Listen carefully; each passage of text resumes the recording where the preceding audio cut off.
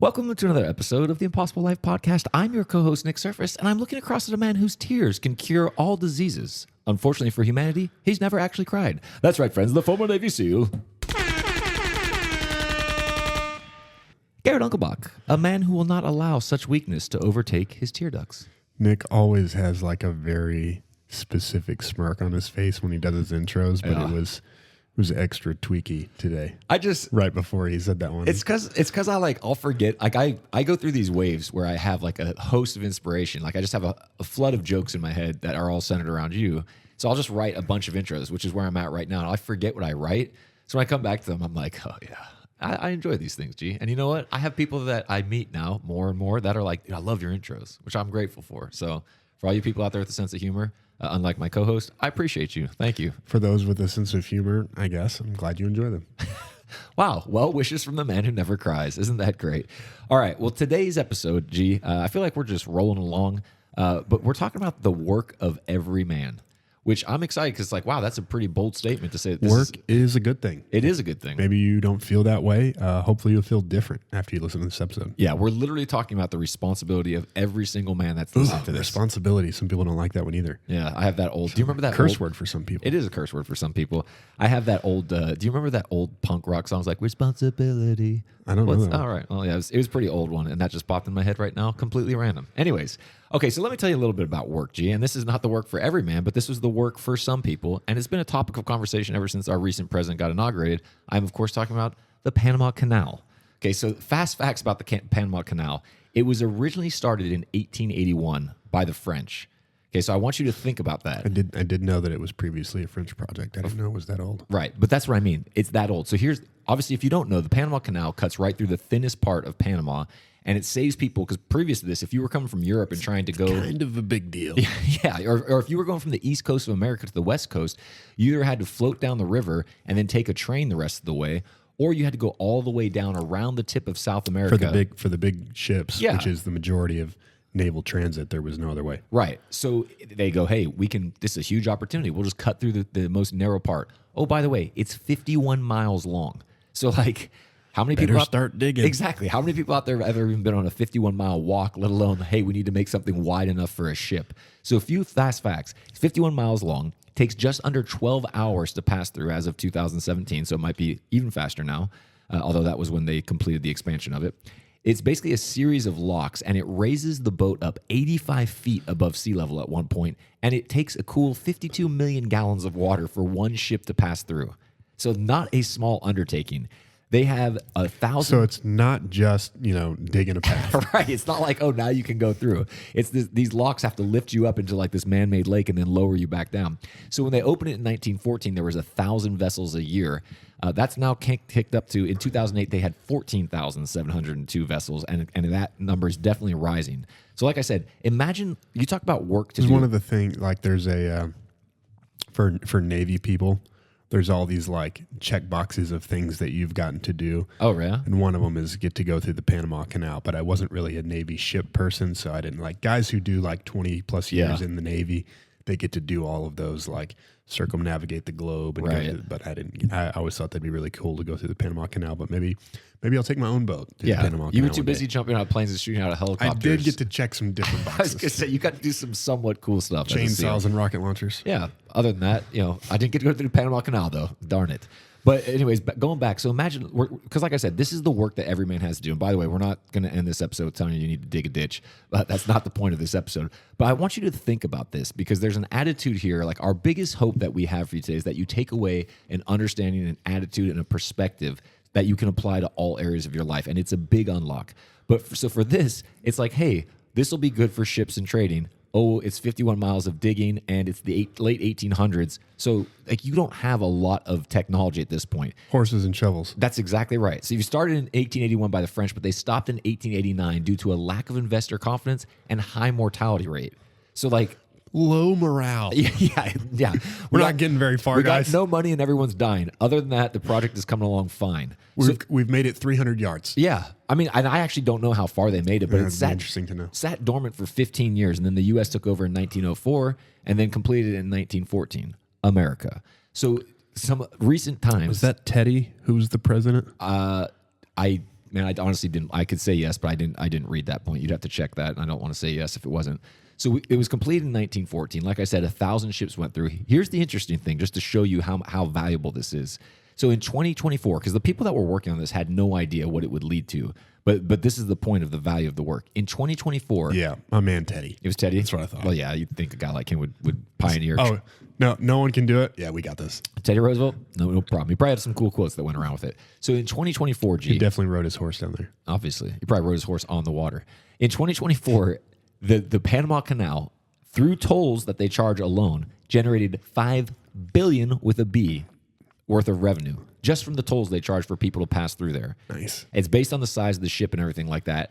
And Yeah, I think it can be like a few $100,000 for a big yeah, ship. it's $450,000 for a Okay, car. Yeah. But so they estimate that it's worth $270 billion a year to freight shippers because 40% of all U.S. container traffic goes through it. So think about the work and like the price that was paid and the toll that was paid. And these guys have no idea. They had no idea how valuable this thing was going to be. I mean, if you're in America, which Did you say the cost of construction? I did not. No, I didn't get the cost of 'Cause construction. I would bet the cost to revenue is one of the greatest toll roads of all time. Oh, yeah, it's got to be. I mean, even just from the revenue of the toll, let alone the amount that's on the water passing through there. The point being, this thing, I kind of understand why Trump made the point that he did. I didn't realize how valuable it was. I knew it was a big deal. I didn't realize the actual numbers behind it. 40% of all freight shippers in the U.S. go through it. Okay, like that's pretty valuable. But the point being, look at the work that was done and that like how many thousands of men had to pay a price to build this thing out in a time when like I don't even know if lock systems like that were very common, and in a pre-engineering world where it wasn't like, oh, we'll just back up the Caterpillar and they'll just start doing some If digging. I had to guess, the Romans probably figured that one out. Well, that's a guess that I'm not going to be able to check for you. But the point we're making, that was their work to do, and for everybody listening out there, you have some work to do. And there's a thought process that we want you to take that Garrett learned at a very young age from, as always, his wise father. My dad said once to me, and then many times after, and by many times after, I mean a few times in person and many, many, many times in my head. I was complaining to him in high school about this teacher that I had. And looking back, this teacher was just an average guy. And I'm not a normal person, and I'm not from a normal family. I'm glad you're confessing this out loud. Yep, this is my confession. Not a normal person and not from a normal family, and who I was bothered him, and because of like his demeanor, he thought I was being sarcastic, and I did hang out with some very sarcastic people, so that wasn't helping my credit. But it wasn't me. I was not being sarcastic to my teachers, but he had like a really big problem, literally, with me saying yes sir and no sir, Right. and he had problems with a lot of other stuff, and him and I just didn't get along. I was complaining to my dad about him and just how much he frustrated me. And I was saying like all the things that needed to change. And what my dad said to me was, well, thank God you're there. He was saying, well, you know what to do. So like, you're telling me about the problem. You also know the answer. So I guess that's the reason you're there, is so that you can fix it. And he was basically like totally, I was, being a teenager. That was one of the last times I like really just vented to my dad of complaint, because I realized like, man, I'm venting about like, he was right. Yeah. Right? Like I should be the one to fix this. I'm the only one that knows. Yeah. And that my teacher, was just immature, honestly. Yeah. Didn't know how to deal with me or the situation. I did, right? I could just be respectful. I could just honor. My dad said, well, thank God you're there. It was such an epiphany for me to just take on this attitude about my difficulties, about my challenges, about my situations, right? How many times in your life have you complained about something and God's just beating his forehead on the wall? Like, Right. dude, that's why you're there. Exactly. I put you here for this reason. You're complaining about the problem. You know the answer. And you're complaining to me. Why did I put you here? I put you there so you can fix it. Yeah. And that's exactly the mindset that we want you to take away from this is thank God you're there. God doesn't actually beat his head on the forehead, his forehead on the wall. He just lets you do that. Yeah. Well, And until you get this lesson, that's really what you're going to do. right. You continue to beat your forehead on the wall like, man, this is terrible. Situation stinks. Like, why am I here? God's just like, well, You'll figure it out eventually. Like, hopefully, yeah. But so the prerequisite for this, as we were going to get deeper into this, you have to accept something about what you said right there. I will say too, yeah, you'll figure it out eventually if you want to move forward. Right. Yeah. Very true. Right. And this lesson we're going to talk about today is a if you want to move forward lesson. Right. If you don't want to move forward, you don't have to figure this out. Right. But if you want to move forward, this is one of the realities that you have to understand. Yeah, I kind of assume that every person listening to our podcast wants to grow. It is one of the like prerequisites for being a listener of the Yeah. Impossible Life is that you want to grow, is that you want to be great. You'll hate this podcast if you just want to be entertained and just stay comfortable the rest of your life. But if you actually want to grow, you're in the right place. Go listen to one of the top 100 podcasters. There's a few of them, though, like the murder mystery ones. Yeah, true crime is waiting for you to spend your whole life just listening to stuff you're never going to do. And not anything hating with. on that, but Yeah. they're not going to help you grow. Yeah, they're there to entertain you, not to help you grow. So, but getting back to it. So the mindset that you have to take is it's a good thing I'm here. But the prerequisite for that is you have to understand circumstances are not going to It be wasn't fair. fair that my teacher was a ding dong. Right. Yeah, exactly. And I mean, there's It's one of the things that I'm working with when I coach individuals, working with executives, and working with companies. Is one of the things I try to help people understand is that you're not entitled to a good leader. You're right. And I tell them a story of when I was in the military and I worked for a really poor leader. You'd think like in the SEAL teams, every leader's a Jocko. Right. And you would be wrong. What? I just thought you guys were cranking Jockos off the line. No, he's obviously one of the best there was. And that's Right. why he's so celebrated. He was Yeah. fantastic. And truthfully, there are a bunch of like 99% as good as Jockos. I met a bunch of them. Wow. Like there's so many great leaders in the military. Not everyone is a Jocko looking, Jocko sounding type person. Right. And also has the career and experience that he has to back it up. He's a unique person for sure. But I met so many amazing leaders in the military. Yeah. Right. So there are plenty, but there's also ones who stink. Right. You're not entitled to a good leader. It's one of the things you need to know. Whether you work for your church or you work at a Fortune 50 company, you're not entitled to a good leader. And don't think that, oh, well, if we had a good leader that maybe I'd work harder. If we had a good leader, maybe we'd win. You'll win when you start doing your part. Well, let's get a little bit harsher than that, G, because I think that's kind of one that people can go like, yeah, okay.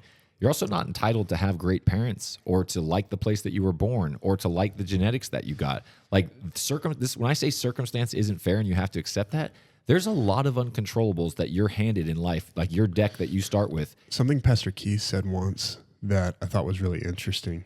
Like this can be a hard pill to swallow.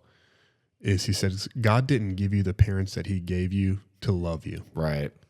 Right? Because some parents love their children well, some parents don't. Right. He said God didn't give you the parents he gave you to love you. God gave you the parents he gave you to prepare you for the destiny he has for you. Yes. And that's some deep insight, but that's actually what we're getting into. So let's dive into where we got the template for work, G. And of course, if we're talking about the work of every man, why not look at the first man, which of course is Adam. And there's so much in this story, which I want to remind everybody, remember, this is God's plan. And at this point, this is the first plan. There's no alternative. There hasn't been any sin. This is literally God creating the world how he wants it. He made it all. Yeah, this is the design. This is the design. So you start off with Adam, and it says, the Lord God planted a garden. This is in Genesis 2, if anybody wants to go read it. I would highly recommend you read it and pay very close attention to the words because they're not there by random. It says he planted a garden, and then he put a man in the garden, right? So he was placed there for a reason. In this case, God set up all the circumstances of his life in this garden and then was like, okay, this man is here for a very specific purpose. In this case, it talks about that at this point there was a mist coming up from under the ground because there was no man to till the ground, so no seed or plant had sprouted yet. So what was happening? There was fruit and plants and so much ready to grow, but God needed a man.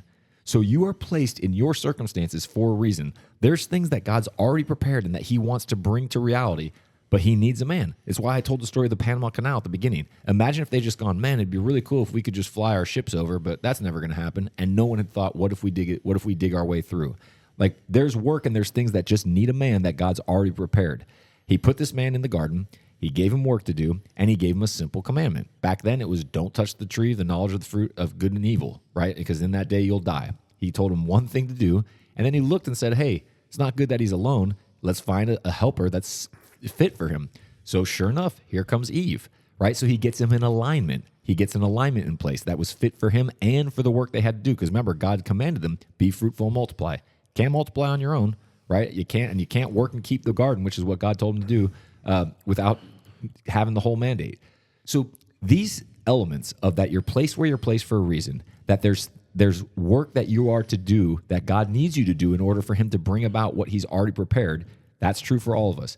God has given you a commandment. For Adam, it was don't touch the tree. For us, it's love the Lord your God with all your heart, mind, soul, and strength. And then Jesus said, I get a new commandment I give you, love each other as I have loved you. So we have our commandments now, and then we need alignments. You need alignments, not just your wife. You need friendship alignments. I mean, look at Garrett and I are a great example of this.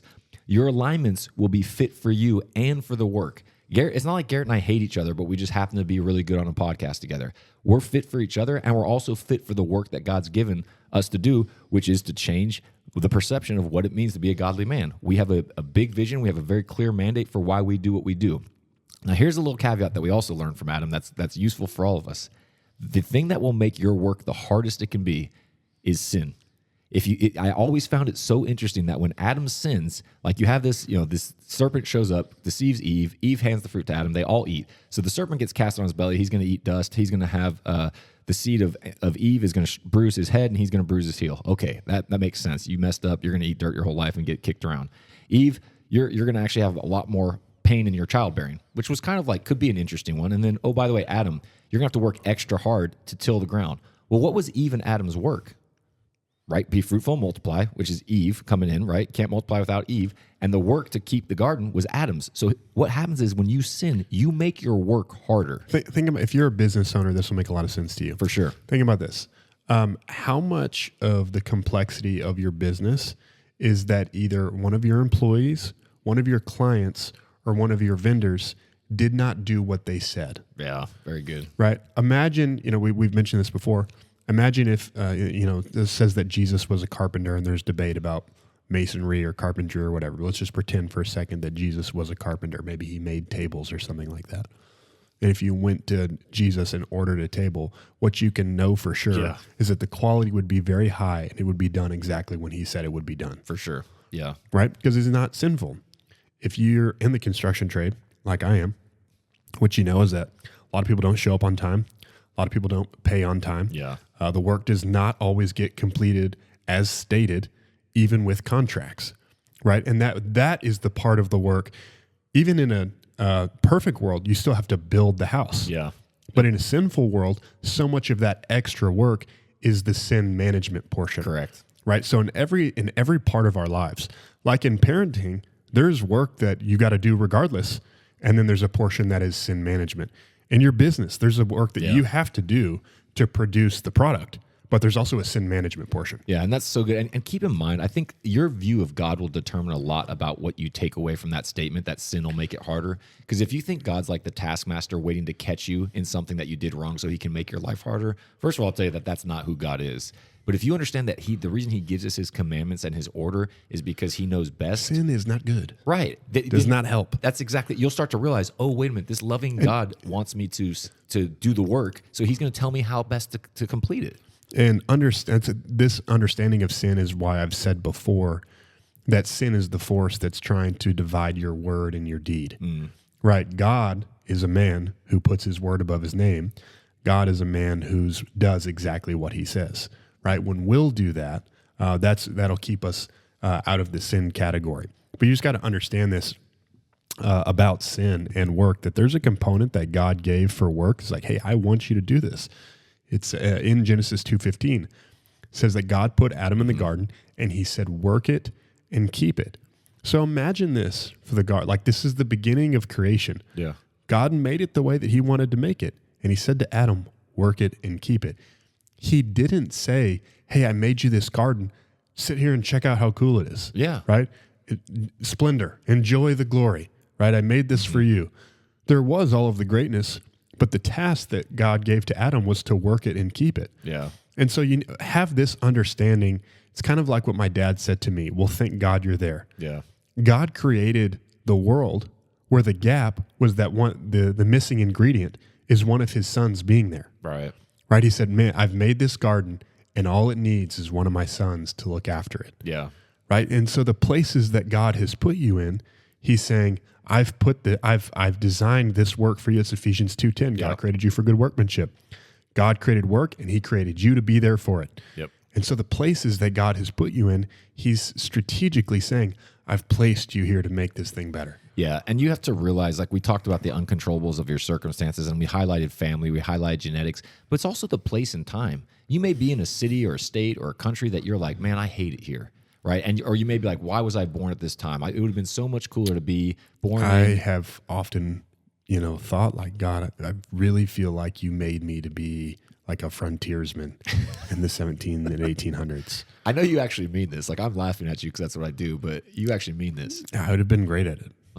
Well, but God chose to put you here. Yeah, like you put me in this modern world with niceties and everything's already been explored. But okay, God, whatever you want to use me for. That's an assumption. One day you're going to start your diving company where you're going to be going to the Mariana Trench and all sorts of cool places and doing some exploration. It'll happen.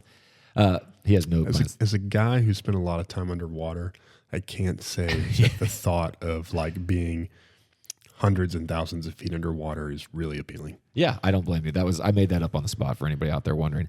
But going back to it, so that was one of the big takeaways. We just want to make sure that you have that, because a lot of times people will despise their circumstances. That's not going to help you. It's like if Garrett would have despised the circumstances with his teacher, like what he was complaining to his dad, he would have just gone in there and been miserable. It's like, okay, well, I'm here. So listen up. It really changes your attitude about your situation. For sure. Instead of being like, the biggest attitude shift is like, instead of being mad at your situation, feeling like, oh, like I'm supposed to, it gives you a little bit of a heroic thought. Yeah. And really the way that I look at, you can think that that's not Christ-like to think. And here's I think it is very Christ-like to understand that God has given us a part to play, and you can play your part heroically. Yeah, very good. I am not the hero of the story. Christ is. Yeah. But I get to play my part heroically. Yeah. To play your part heroically is to say, it's not about me. In the heroes of stories, the story is not about them. They're the leader. They're the one who shifts the story. And God has put you in a story where He said, "I made this for you." Yeah. And so if you'll play your part, the story will move forward. The story will progress. Yeah, that's so good. So the work for everybody out there listening is that you have a garden to cultivate. It's obviously not the Garden of Eden like what we have in the model of Adam, but we're going to go through the various gardens that every person has, and we're going to give you some very specific examples of what cultivation looks like in those gardens. But real quick little point for you to take note of. Obviously, we're talking about gardens, and we're not talking about you actually going out and gardening, but the concept and the principle of sowing and reaping is still 100% accurate here.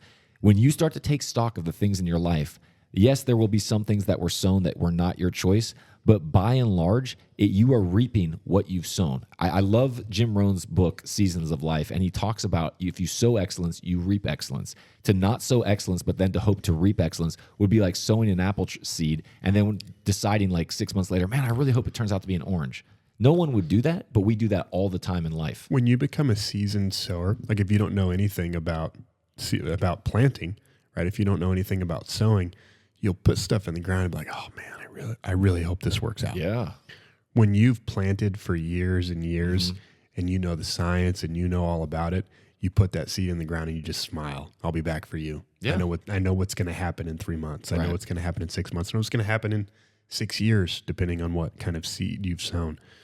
And the more you sow, you'll begin to feel this way in your life, where you start doing things and it's easier. You start sowing and it's easier for you to correlate to what's going to happen later. Yeah. And it makes you such it's not that you might necessarily sow any differently, but you will sow more rapidly. Yeah. Because you can feel it's when you've not reaped the fruit, every time you put that seed in the ground, we've talked about this before, every time you sow a seed, you get poorer, right? Because the seed has value in your hand. And then you kill it, essentially. You put it in the ground and bury it, and you are worse off momentarily than you were before because the seed had value, a measure of value in your hand.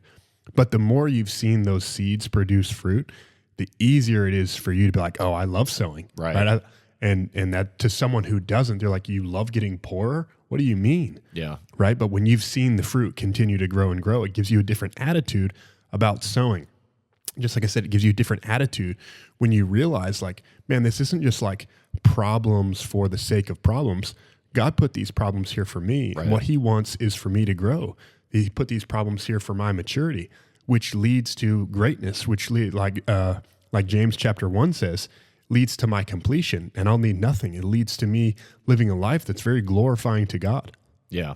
And so with those in light of those commandments of love the Lord your God with all your heart, soul, mind, and strength, and love each other as I've loved you, as Jesus said, your sowing is probably going to look like you at times dealing with difficult people, and you're gonna basically treat them very merciful. You're gonna treat them in a loving way, and you might even get walked over at that point. And at that point, you're gonna be worse off. But you're gonna have an underlying trust that, okay, God, you're in charge. So as I've sown, I know that also I'm going to reap, and I leave that with you. Because when you have the wrong attitude about work, you'll ask this question: why am I having to deal with this? Yeah.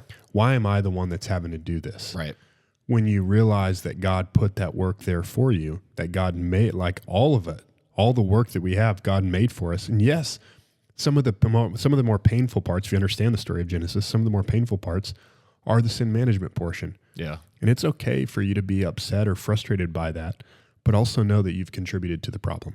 Yeah. We're not the judges of sin. Yeah, for sure. And let me tell you when this really hit home for me. And this was in the few years past. So I lived in the UK for 9 years, and I was depressed for 6 of them and alcohol dependent. And you can hear that on a whole other podcast where I tell my story. That's not the point. But like when I went back there, I hadn't been back in years. And when I went back there, I remember, first of all, I really didn't want to go. But when I got there, I was like, okay, I'm going to take the opportunity to look at this place with my new lens, because I've changed, right? It was not necessarily changed, but I have. Which trip was this? I don't even know, man. This was years ago. You want me to tell a story about Lindsay? I didn't know if you were referring to that one. No, that was the trip. That was the trip when Lindsay had a very funny confrontation with me at one of our double date dinners. Lindsay being Garrett's wife and my adopted little sister. And she told me that I needed to stop letting my wife and kids go back because I wasn't going at that time. And so she told me in her own confrontational but funny way. That was also a really great moment for me because I was going to say it and then I didn't have to. I'm glad she did, because you would have said it like, probably not as nice. I'll just put it that way because we're on air. But the point was, she said it in a way that I received it and I went. So when I was there, I remember I was realizing all the things I'd done because I just didn't. The UK was not a good fit for me personally. The weather was. I'm from Southern California, and if you know anything about the UK, the weather's like Oregon or like Washington in the US. It's gray most days, right? You don't get a lot of sunshine. I grew up taking the sunshine for granted. The people there are in all, with all due respect, they're a little bit more reserved and cynical. They've got the stiff upper lip, meaning that they don't show a lot of emotion. You don't really make eye contact with people when you walk by them in the streets. You don't say hello in most neighborhoods in the country. It's a very kind of cold, harsh climate and a cold, harsh culture from my experience. So I came into this and it just did not fit me. So I hated it. And so what happened was I allowed the environment to just penetrate me and my reaction to it, and just that's how I ended up in a place of depression with bad alignments, just doing stuff that I would never in a million years have thought, oh, this is what you'll end up doing. And so many lessons out of that. So as I sat there, I remember I was like, if I had to be back in a place like this, what would I do? That was the question that came into my mind. And I started thinking through all the things that I did wrong before of just allowing life to happen to me and realizing, no, I would go out and I would find specific people. I would be so disciplined about making sure that I was inputting into myself every morning with the word, with good input sources, whether it's podcasts or music or books. And I remember I started thinking about... You'd go develop a discipleship I would. program. I 100% would, because I'm a different person now. But when I went out there, I was not in a place. I was going like, why is this place like this, man? I can't stand this place. Rather than like, okay, why I'm here. am I having to do this? That's exact. Yeah. Well, I didn't even know why am I having to do shit. I just never. I was like, this isn't how it's supposed to be. Like I've never experienced anything like this before, and I had no clue about my own responsibility to cultivate and create the environment. Because here's the truth, guys. Things are going to grow in your life based on the environment that you cultivate. So if you aren't actively cultivating your environment, which is what I did in England, you're going to get whatever grows by default. And guess what always grows in a garden? Weeds. Weeds, you don't have to feed weeds. You don't have to make sure they get sunlight. You don't got to water them. You don't have to do anything. They will grow on their own. If you want to grow some fruit, you want to grow some actual useful trees, you got to look out for them. You got to take care of them. Best thing you can do is pull them up early. That's exactly right. The longer you let them grow, the harder they are to get rid of, and the longer you let them grow, they begin to starve out and even kill some of the things that some of the positive work that you've done. Yeah, good. All right, well, G, let's get into some garden cultivation examples. Real quick little point. I got 2 little points of caution for people out there before we dive in. Number 1, understand that you are a spirit, soul, and body. So if you're not tending to all areas of your life as spirit, soul, and body, if you're all spirit, no soul and body, you're probably going to be in not great shape. And at some point, that's going to interfere. Like you can't be really strong in one and ignore the other. In this case, like if you're getting physically sick all the time, very hard for you to go out and do the work that you've got to do. That's right. Right. And vice versa. If you're all body but no spirit and soul, it's like it's great that you're in shape, but if you can't have an intelligent conversation, you have no wisdom and no relationship with God, you're going to bump into a lot of limitations. So that's cautionary point number one. Number two, we touched on this, but we didn't say it quite this clear. The point of your garden is not for you to sit there and do nothing. Retirement is not a biblical concept. Exactly. Yeah. Point taken. That's an American concept, and while we love America, not everything that's American is godly. It's just the truth. And really, what it's supposed to be, retirement is, if you broke the word down like retire, it should be new tires on the car. There you go. Right, like you can, and retirement's a concept from the industrial area. Right. Of get your 20 or 30-year pension, but then it should be move on to the next thing. Right. Right. You're always supposed to be working. You should want to work until the day that you die. Yeah. But not, your back is being broken. The older you get, the wiser you get, and hopefully the wealthier you get into areas of your life where you more and more love the work that you do. Some of the people that I look up to, some of my mentors, and then also some of my mentors, like one of my mentors, his mentors are in their 80s and 90s, and he talks to me about them. How like they're like, even though their body's not what it used to be, even some of their minds not what it used to be, like some of the greatest work they get to do today, like some of the greatest work of their life, they're doing in their 80s and 90s. I love that. Because they've developed themselves to a way that like the work that they get to do because of what they are at that point in their life is so great. Yeah, because we just want to make sure we put a real clear breaking of that thought process of like, oh yeah, God put Adam in the garden, everything just grew and fruit would just fall off the tree into his hand. He just got to sit there and eat and enjoy it. Like the reason we're saying that is because the gardens in every person's life that's listening to this, we like to use 8 different areas that comprise the whole of life, and those are spirituality, health, marriage, family, finance, business, rest, and friendships. And we're going to get into those specific. Those are your gardens that every person has. And if you ever get this thought process like, when's this just going to be on autopilot so I can just sit here and enjoy this? You're wrong. So let's talk about health for a second. We won't talk about all of those. Let's talk about health for a second. Like I was speaking with someone recently who I get the privilege of speaking into their life. And he was telling me, he's been making some physical transformation in his body. He was telling me how he's got like some aches and pains, right? Like, oh, this hurts. I've been getting better. I've been working out. I've been losing weight, and now this hurts, and now this hurts. And I said, let me stop you right there. Let me shift your attitude about this. You're thinking that like, well, because I'm doing the right things, I shouldn't have to deal with any more problems. Right. What you got to understand is that as you continue to grow, it's not that those problems weren't there. You're just now revealing them. Mm-hmm. Right? Like the reason this part of your shoulder hurts is because you've been strengthened in one area, and now that you're getting strong in that area, you're realizing you were just weak in the other areas and you couldn't even feel it. Right. And so what you just got to have this mind. This is for like health. You need to have this mindset of like, hey, I'm just always going to be pouring into this thing. Yes. I have this concept for health, for physical improvement, that it's kind of like if you rock climb.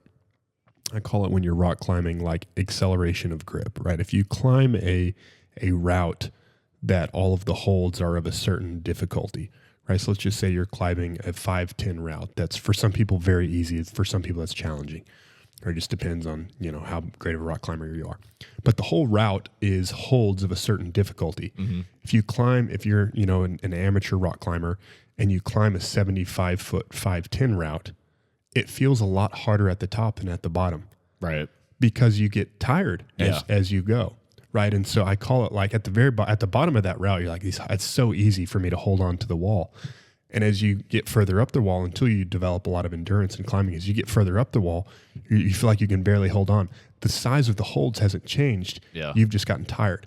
I call this acceleration of grip. And I think a lot of health in your life is like this. It's so easy to be in shape when you're 25 years old. Yeah. When you're 65, it's really hard to be in shape. To be in the same manner of shape as a 25-year-old at 65, it's 2 times the work. It's 3 times the work.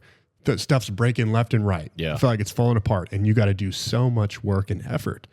But be okay with that, right? Yeah. It's just part of the process that God's given us. And if you've learned, at 25, you also don't know jack about health. Right. But by 65, you should know a lot about health. and know how to prevent sometimes the wheels from falling off. Yeah, and that is what Garrett just described. That's what cultivation looks like. What people who don't understand their responsibility to cultivate their health sound like is they go, "Oh man, now, when I was 25, man, I could eat this and I could just go do a couple push-ups and this would all fall off me." Yeah. Well, it's, I got shoulder pain. I guess I'm not supposed to work out. Right. Yeah. I guess I'm supposed to just let my garden die. Yeah, and that's because I'm just getting older, or that injury or whatever. It's like, no, this is part of the work that you do. It's not, and it's also not just the doing; it's also the undoing. There's a lot of things that, like, we always think about. What else do I need to add? For some of us, like cultivating our garden for our health, and I would put health in both mental and physical. It's get rid of weed and alcohol. It's get rid of things that you're putting in that are altering your perception of things and having a negative impact on your body. So many times people are using those things to numb pain, and they think they're acceptable, or it helps me sleep, and they always have a story. And it's like, maybe it is helping you sleep, but is that really what you think is the best thing for you? Is that you can't sleep unless you smoke weed? I mean, we had a sleep expert on here. He shared it. So you need to be looking at the things that you're undoing as well as the things that you need to be doing, and also understanding where you're at. Like Garrett said, as you get older, these are things you always need to take care of. How is your workout going to change? I was talking to with Pastor Keith, and he was talking with Jason Poston, who's been both guests on our podcast. And I was hearing Pastor talk to him about how he's changed his workout. He's like, I don't max the way. He's like, I still put up a lot of weight, like relative to what most people can lift. He's like, but I don't max the way I used to, because he was talking about his joints and things. Here's a guy who's 65 years old and just broke out of handcuffs on his 65th birthday just to kind of say, hey, still maxes out once a year. Right. He's still getting after it. But my point being, he's using wisdom to cultivate his health and understanding, like, I'm not 30 anymore. I can't show up and just be like, it's max day today. Yeah. Like, and that's what I mean. Because when I was 25, I think every day was max day. Right. Of course. And it could be. So this is what we're saying. You have to have wisdom and understand the problems that you have are not the ones that you should quit over. Understand that's what you're there to do. So good for health. G, let's talk about marriage, because that's obviously a big one. Yes, I was another example from someone close to me. This is a conversation we've had many times about his marriage, but this relates to, like, everyone's marriage, whether man or woman, is that your spouse is going to have issues, right? Your spouse is going to have challenges from their past. Your spouse is going to have things about the situation that you're in. And this is for you and for your spouse. Your spouse is going to have things about the situation that you're in that they don't like, whether it's the home you live in, whether it's where you live, whether it's the people you're with, the list goes on and on. There's always going to be things in your spouse, right? That, like, hey, they've got issues. They've got things that are trying to hold them back. And the conversation I've had is like, hey, you got to understand that you're, it's funny, the conversation we're having today on the podcast, very similar conversation I had with this person, is that you got to understand your spouse is like a garden, right? And there's things that are helping it grow, and there's also things that are hurting it, right? And you want to get as many of the things out of the garden as you can, right, that are inhibiting the growth, but there may be things there that are beyond your capacity. Right. There may be 1,000-pound boulder in the garden, and you don't have a tractor to move it. So what are you going to do regardless, right? What are you going to do instead? And understanding that you just got to be constantly sowing and constantly working at it. And if you, there's so many things that are lost when we missed some of what God originally gave to man. But if you go work a piece of land, and I won't tell you I'm a long-time rancher, but I have gotten to be a part of watching pieces of property transform over time, where it used to be raw, it used to be barren, it used to not grow much, it used to not have much water on it. But then you begin to get water on the property, and you remove all of the old dead stuff, and you create drainage in the right way, and you plant the right things, and it turns into something that looks dramatically different. It's one of the most, honestly, it's like something everyone should experience in their life, is to, like, transform a barren piece of land into a beautiful piece of land. And when you do that, you realize, like, this is the work that God has given us to do. And you can do the exact same thing in your spouse. Yeah. Right? Where you may be saying, like, man, this thing's dried up, nothing grows here, this is miserable, this stinks. Like, you just need to work on your garden. Yeah. You got to continue to pour into it. How can you make it better? Don't focus on the things you can't change. Yeah. Right. So and you can get mad at this barren piece of land. Like, why don't you have water? No, I'll just bring the water here. Yeah. Right. Why can't you grow anything? Well, let me help you grow. Let me plant let's turn over some of the dirt. You know what it takes for things to grow? Remove the dead stuff. Bring the water in. Get the drainage right. And here's the thing. So G's using that metaphorical example. I want to give something practical from my own life for an example for someone out there. And we're going to quote one of our famous people that we always quote, which is Pastor Keith. He says, the best thing you can give the people you love is a healthy you. Yes. So when you're talking about what you're sowing into it, it's like, how are you showing up? I didn't mention this during the mental and physical health portion, but like a morning routine to me is a non-negotiable. I have things that I do every day. Doesn't matter if I wake up feeling wonderful or wake up and I feel like I did last week. I was in the 1% club because I was sick. I still open my Bible. I still got after my mental and my spiritual, my physical things that I do to make myself so I can show up my best. So when you're in my own marriage, things that are so important are like words and connection. And years ago, whenever I wasn't serving God and I was still a wreck of a person, I didn't feel connected to my wife. And it was through talking to a cognitive behavioral therapist that he started saying like, okay, what do you want to do for connection? And this is what I'm talking about cultivating. I could have just been like, we're not connected, we're different people. Is that true? At that time, it was it was definitely true. I like different things than my wife does. If you were just to leave me in my own devices, I'd be like, because that's what it's about, right? That's what it's about. Have the same preferences. But I'm just exactly. But this is where I was at, right? And what I was aware of was a lack of connection. What I did not know was my responsibility to provide the connection. So when this guy skillfully sat down and started asking me what I wanted to, all the ways I wanted to connect with my wife, I realized that I was actually being very narrow-minded and really boring. At that time, I was like, I wish she would come out drinking with me. Well, that's not who my wife is, so she would never want to do that. So he actually systematically started walking me through things, and I started realizing, hey, I'm going to actually have to start doing some different stuff if I want to actually have connection with my wife. And that sounds overly simple, but now I have a saying with my wife. I say, if it's important to you, it's important to me. And my wife knows if she suggests something and I know it's important to her, we're going to do it. And whether I want to do it or not, I'm going to show up and I'm going to be a level 10 positive attitude because I want to connect with my wife. I sow actively with words into her daily, like saying positive things. Oftentimes it's with a written message in the morning. My wife will wake up to a loving message from me telling her how much I love her and how grateful I am to her. Why? Because I'm cultivating my marriage. And that's something simple that I can do at any time. Also, the undoing, the weeds that I'm removing. I'm not complaining about my wife to her or to other people. Not ever saying, why am I having to do this? Right. I'm not bringing negativity. I'm not just going like, hey, I wish you would do this. It's like, no, if I want something in my relationship, I sow first. I'm going to go first. So those are some of the practical ways that I cultivate. It's like saying, man, I wish this land would just produce better fruit. Yeah. Be a better farmer. Or, man, I wish a river would just flow through this Panama Canal and we didn't have to dig it. Cool. Good luck with that one. All right, G, family. Let's go on to family. When I think about sowing and like, what are you growing? I mean, the best example I can talk about is my parents. And, I love how many of you have told me that your new favorite episode is when my parents were on the show. Yeah, they're great. It's very honoring to them, and I agree with you.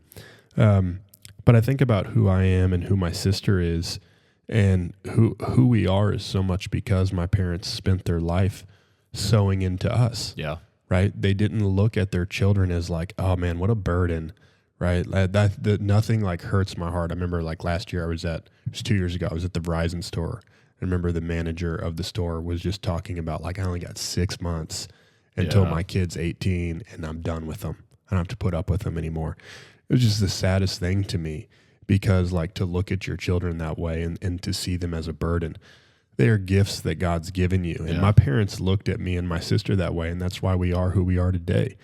That they spent so much time pouring into us and sowing into us.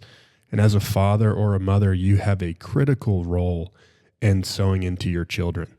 Like, thank God you're there. Seriously. God gave you those children, right? And I love this understanding that God has no grandchildren. Yeah. Right?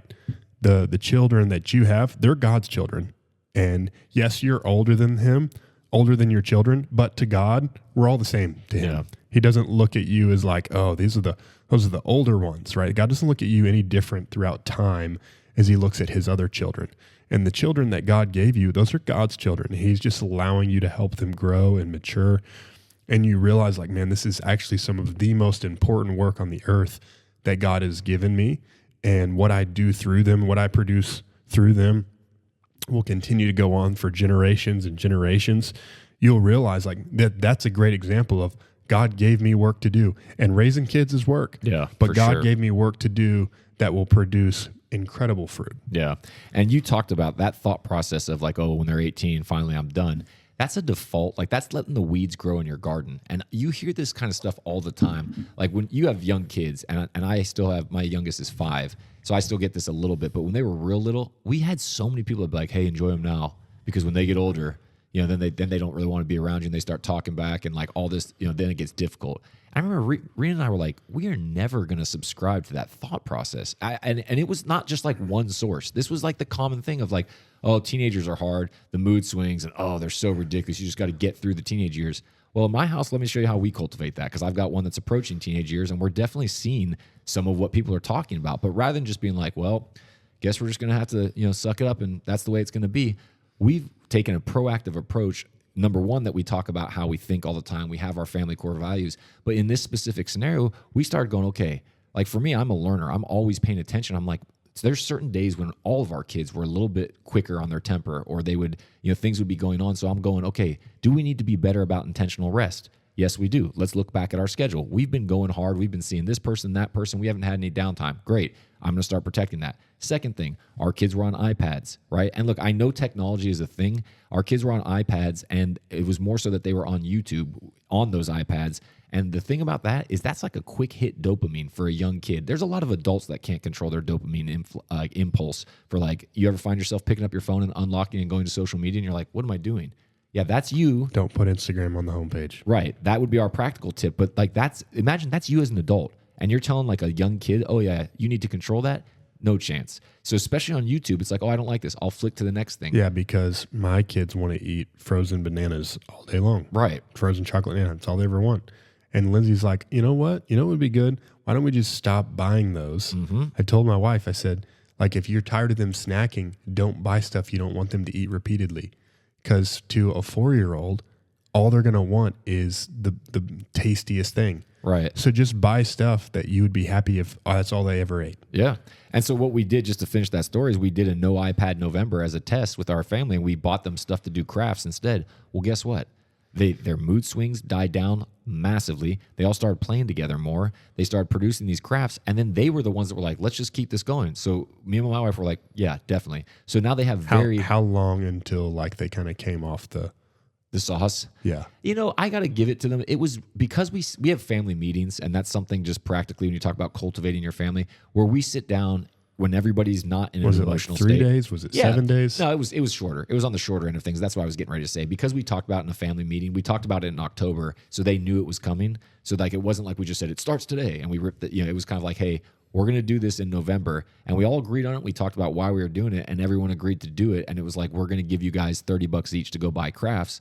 Well, that just cultivated so much more of a creativity between them, and they played together to the point that at the end of the month, no one was going, man, I wish we had iPads back. So now, even to this day, we're almost 3 months on from that. We have very limited iPad time. It's not a thing that we do. They have to ask for it every time, and even then, it's usually just for like a 5 or 10 minute period. So I'm just pointing that out. That's an active cultivation, because otherwise I could have just been like, man, these kids, no. What am I doing or not doing? What do I need to undo, or what do I need to do? So just a practical example. Last couple points here, right? Like your finances. You can wish that you didn't have to work. You can look at your life and say, well, how come I wish I was like that person. I wish I made more. Wish I was a trust fund kid. Yeah. You can wish for all those things. You can wish to win the lottery. And what's wrong with wishing to win the lottery? If that's what God wants for you, you don't have to wish for it. He's going to make it happen. You will probably have to buy a lottery ticket, though. But if that's not what God wants for you, then there's probably not any amount of lottery ticket purchases that you could make that will help you in said endeavor. But the right way to look at your finances is to say, regardless of where you are, whether you're where you want to be, you're not where you want to be, whether you were born into a level of wealth and a level of opportunity, or you were born into none of that, is to look at it and say, this is the garden that God's given me. And it's like, correct me if I'm wrong here, Nick. Normally I'm on top of it with the quotes, but it's Jim Rohn, right, who said it's not about what you make, it's about who you become in the process. Yeah, I believe it is. Right, and because that's what God wants for us. God wants being a millionaire there. Yeah. Yeah, he's not about making $1 million. It's about who you become in the process of making $1 million.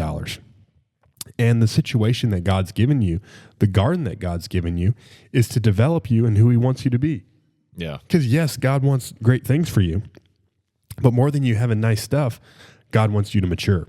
God wants you to become who he's created you to be. And so wherever you're at, wherever he started you, doesn't mean he doesn't want you to have more.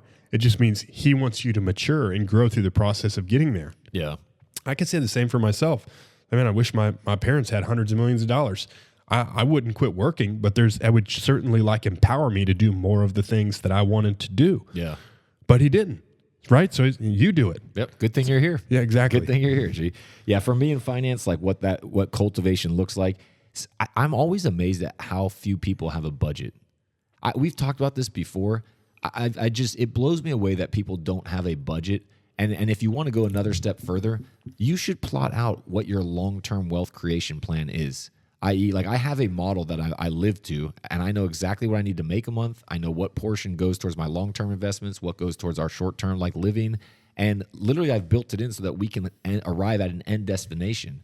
And do I live to it perfectly? No, because I'm self-employed. Like my months sometimes are way over and sometimes they're under, and that's part of being a business owner. But I know that if I can hit that on average, that I'm going to win. And I'm saying that because the alternative is to just be like, man, I hope Social Security is good, or we'll see if that lasts, or man, I'm just gonna maybe I'll start investing one day, or man, I hope it's okay when I get older. Maybe I'll hit the lottery. That's not a plan, and that's not cultivating your garden. So I would just encourage you. It's very, very simple. And I live by similar. I live by what I don't live by a budget, but I live by margins. Yeah. Which is what Pastor Keith teaches. And just quickly on that, margins is the assignment that the Old Testament gives us in the tithe. It's not a fee. Yeah. It's a percentage, right? It's a margin. And Nick lives some of the same way that I do in income, but I can have like 40 to 50% of variability in income from month to month. And so if I lived by a budget, I'm either going to break the budget half the time or have a bunch of excess half the time. And so what I live by is margin, right? Like I know my tithe based on my income every month. I know what my expenses can be based upon my income every month. And so, I've got some things like a mortgage and things like that don't change. And that gets right up there with the tithe of like, hey, we take care of these things first. But then after that, based upon margins is how much I'm going to save every month, how much I can spend on certain things every month, how much fun I can have, how much I'm going to put towards future things that I want to do. That's all based upon the income. And so similar to a budget, especially for you guys, if you're like solid W-2 and your money doesn't change, you can live by a simple budget. But if you got variable income, you really need to live by margins. Yeah, very good, G. Last one is that we're going to cover is friendships. I one of my closest and best friends is Josh Kraft. And if you know us personally, a lot of if you're around the church, a lot of the dynamics of our relationship because we talk about it a lot. But if you don't know us personally, Josh is a friend that I have who were like polar opposites, and we grew up together because our dads were best friends, and we went through like we had a lot of like seasons together as kids to really like grow up and have, when you have someone you've been with since you were a little kid, it does help, right? For it sure. gives a lot of like background to the relationship. But as we got older, there were plenty of times where we struggled as friends because we're just so different. Like we were different in a lot of our preferences, and today in our relationship, we've just grown so incredibly close. We live by the same principles, live by the same values, and actually do share a lot of the same preferences, even though we have different temperaments. But there were seasons in our life where there's a season where I told Josh, I was like, man, you suck as a friend. Right? Like you're not like, luckily though, like I was just telling him like, hey man, you never want to hang out. You don't ever call me. It doesn't feel a lot of the time like you care about me. Right. And this was just a season that we went through. But what's great is all the things that like he was struggling at, I didn't really need, right? Like it's just not a high need area for me, but I was just letting him know. I'm like, man, I'll just continue to reach out to you. I'll hang out whenever you want to hang out. But it wasn't an area that like I had needs from him. But so in the same, like there's many things that I give to Josh that he didn't give back to me. But in the same way, Josh like fills some gaps in my life in our friendship that no one else is able to fill. He's a very unique friend in my life. And so if I had been looking at Josh and saying like, why don't you give back what I give, right? It would have hurt our relationship. But I've always just looked at him and said, I'm going to bring what I can bring. I'm going to bring my greatness to the relationship. And you know what? He brought his greatness to the relationship. And we have such an incredible relationship, even though we're so different. And so all I would just say is, in the people that you've become aligned with, is just to bring your best, bring your greatness. Don't have an expectation that they're going to give back in the way that you give. the only fair expectation you can have is that they would give their best. Yeah, and that's so good. So if you were not, I'm just going to share what my how I've approached friendships, and then we can wrap. G, if you weren't fortunate enough to have like a friend built into your upbringing like you have, where you guys are utterly committed to each other because of your families, this gets a little bit harder, right? Because your friends are probably the people that you had by default, and oftentimes you grow apart, people change, and you end up, I think a lot of people are very alone, especially men. I think typically men are awful at friendships. They got drinking buddies, they got people that they're around at work, but like I'm talking like an actual friendship, not very good. So in my life, what cultivating this looks like is, understanding the season of life that I'm in is that we're very busy. So first, you got to identify are there people that you share values with and that you're filling each other's cups, or are these friends that drain you, right? I mean, like the friends that you kind of have to, you come away and you're like, oh man, that's a very simple energy demanders or energy producers, right? You want to be around other energy producing people, and hopefully you're one of them. And that's a slight caveat. If you want to have better friendships, you got to start being better yourself, because if you want to be around better people, you know what they're going to want to be around is other people that they think are like them. And I'm not saying that you have to, get there and level up, but like if you want to hang out with fun people and you're a really boring person, you got to ask yourself the question from a sober, humble place: why would they want to be around me? All right, so there's some humility here. But like Garrett said, he decided what he was going to be in Josh's life. That's for all of us. What do you want your friendships to look like? And then decide how you're going to show up no matter what. You may have to be the initiator in your friendships for everything. And if that's the case, then so be it. So for me in my season, how I cultivate friendships of the season of life that I'm in, I make sure that I see my friends. Like it's usually an early morning coffee because we're all busy. They're either have pretty good jobs or they're business owners themselves. I can't just be like, hey, bro, let's just hang out on Tuesday night, and it's that's in 5 minutes. I have to plan these things ahead, but I'm very intentional about getting time. But on top of that, it's also, I know how I want to show up in friendship. I have a very clear picture of what I want my friendships to be. So the same way that I encourage and I lift up my wife, I send messages to my friends as well. I let them know how much I appreciate them. I sow into my friendships, and I make sure that I show up and I check in on them on a regular basis, because friendship for me now at this age, at the stage of life that I'm in, is not what it was when I was in my 20s, where it was like, hey, let's just hang out all the time. Now it's like we all have stuff going on, but I want to make sure that my friends know that I care about them. So I've actively sought those people out. When I was on my own and I felt like I didn't have any of those close friendships, I was wondering why people weren't like wanting to be my friend, rather than taking the understanding of, oh, this is up to me to cultivate. So if you were to drop me in some place in middle America and I had no friends, I would tell you that I would be looking for someone that had a growth trajectory in their mindset, that loved God, and that shared some of my values. And I would actively pursue them in a, not in a weird way, but I would actively be like, hey, I want to be your friend. And I'd be very intentional about getting time with that person. So that's what it would look like to cultivate friendships. So the next time you're feeling frustrated about your situation, the next time you're upset at the fruit that you have in your life, the next time you start asking yourself, why am I having to do this? All I want you to remember is what my dad said. Thank God you're there.